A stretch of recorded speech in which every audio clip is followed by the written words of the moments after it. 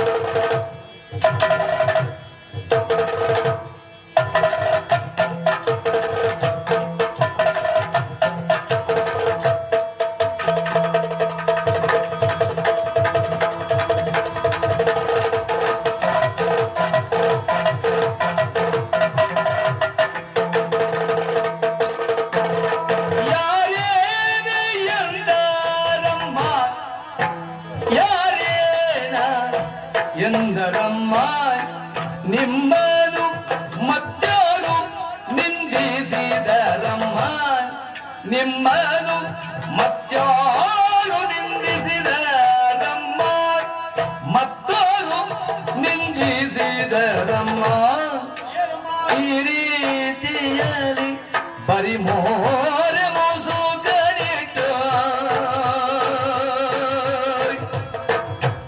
ಈ ರೀತಿಯಲ್ಲಿ ಪರಿಮೋರೆ ಮೋಸು ಕರಿತು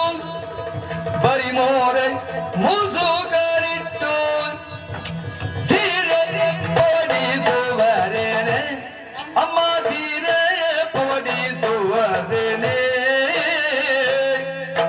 ತಾಯೇ ಆ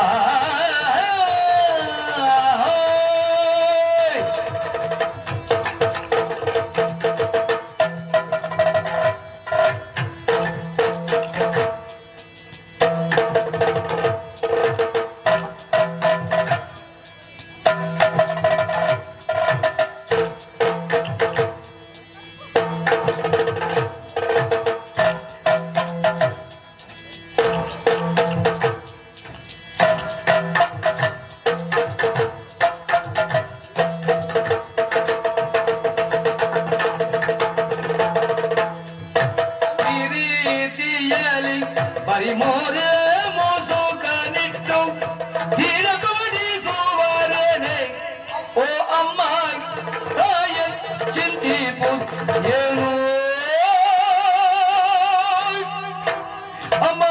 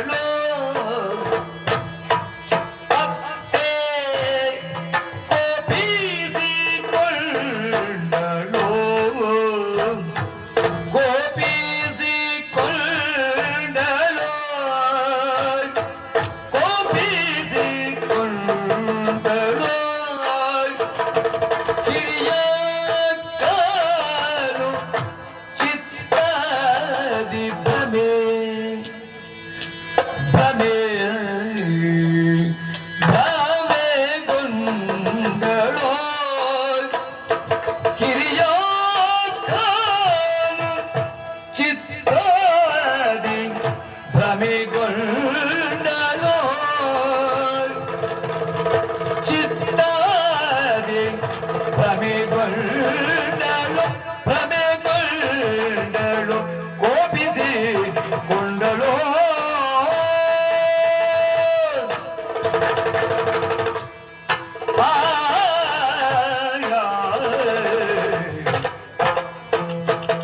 ಭಕ್ತಿ ಗೋಪಿಸಿ ಕೊಂಡಳು ಹಿರಿಯ ಚಿತ್ತವಿ ಭ್ರಮೆಗೊಂಡಳು